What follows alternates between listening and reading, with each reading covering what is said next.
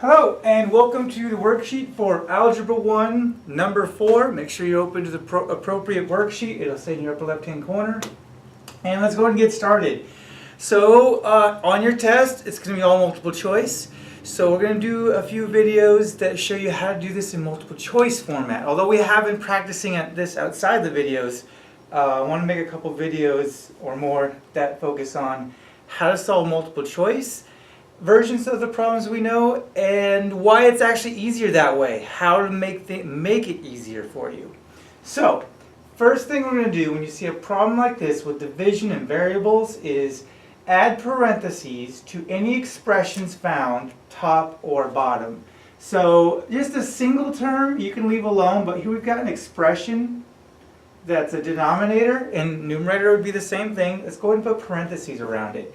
Because when we cross multiply for the next step, we want to make sure we're not messing it up. We want to keep this, before we distribute, if we're even going to distribute, we want to make sure we're going to do it properly. So then go ahead and cross multiply, but don't distribute anything yet. Just cross multiply in as simple form as possible. Here's what I mean by that. So we're going to multiply that way.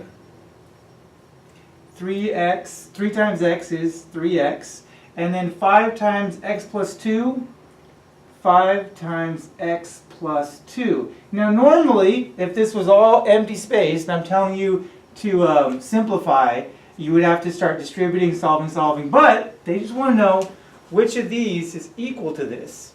So first you cross multiply, and then before we go on, let's check to see if they're going to let us get away with being done. 15x, no, we don't see any 15x. 5x, no. 5x, no. Wait, hold on. 5 times x plus 2, I see that. They put it on this side.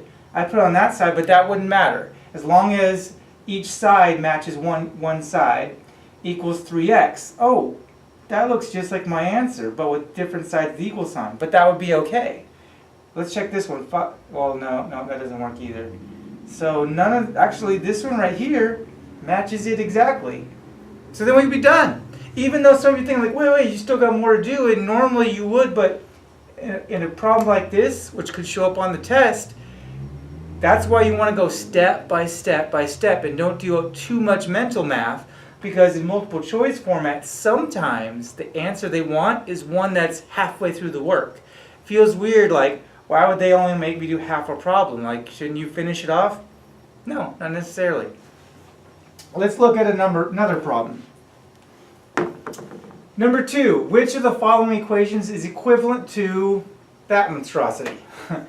So first we're going to distribute, because obviously none of these are matching that right out of the box. So now we would distribute. The last problem we didn't because we found a matching answer. But if you don't find a matching answer, then go the next step, then check your choices. So just do one step at a time, check your choices. No choices? Do the next step, check your choices. Keep checking back to the choices to see if they're going to let you off easy or not. Alright, so distribute. Distribute. So 3 times 2x is 6x. 3 times negative 1 is negative 3 equals...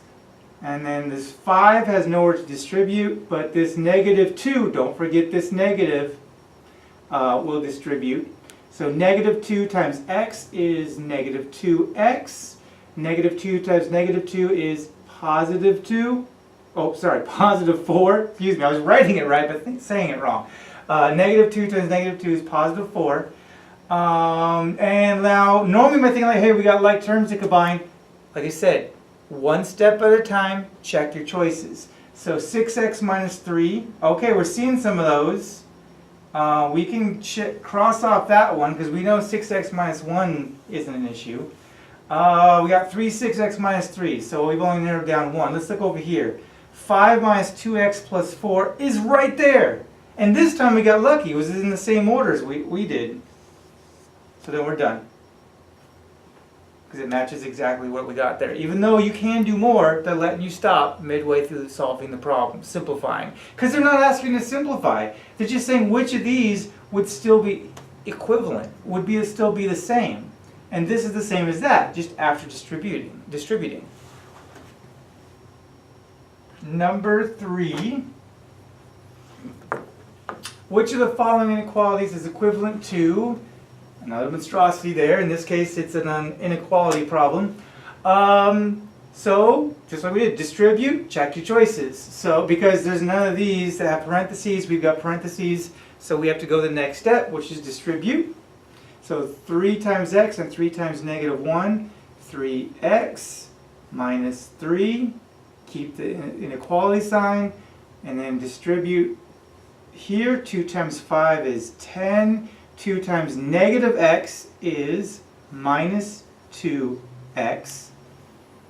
And now let's look down here. 3x minus 3. Okay, so we can get rid of that, get rid of that. Boom, we got a 50% chance even if we just stop right there, but we're not. We're going to look back at the problem.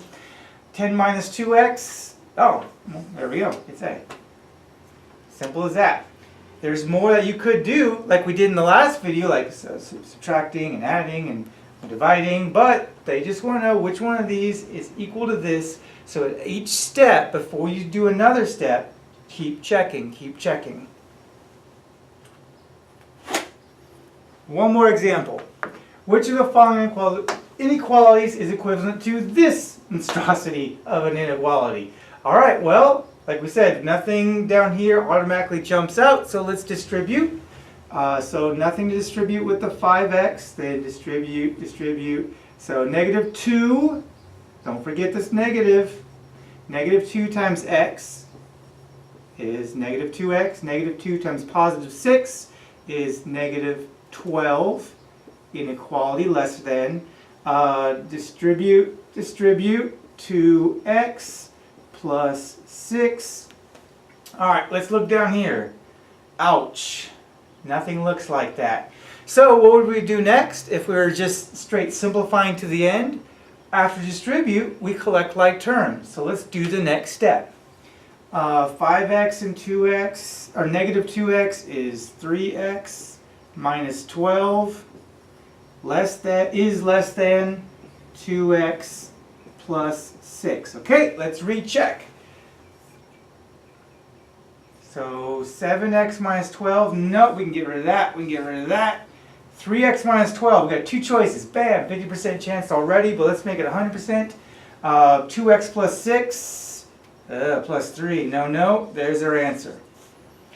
It is possible that you might have to do one more step, but every step, keep checking, keep checking. Don't just look at a problem like that and be like, okay, solve it. Because you might get into the end and realize, uh-oh, my answer's not there. The question is, when they ask you which of the following inequalities is equivalent to this inequality, you do one step, check, another step, check, and you keep doing that until you find your answer at the bottom. And that's it. Go ahead and go on to the practice problems and ask me, ask your neighbor, you reuse the video to get help. Thanks.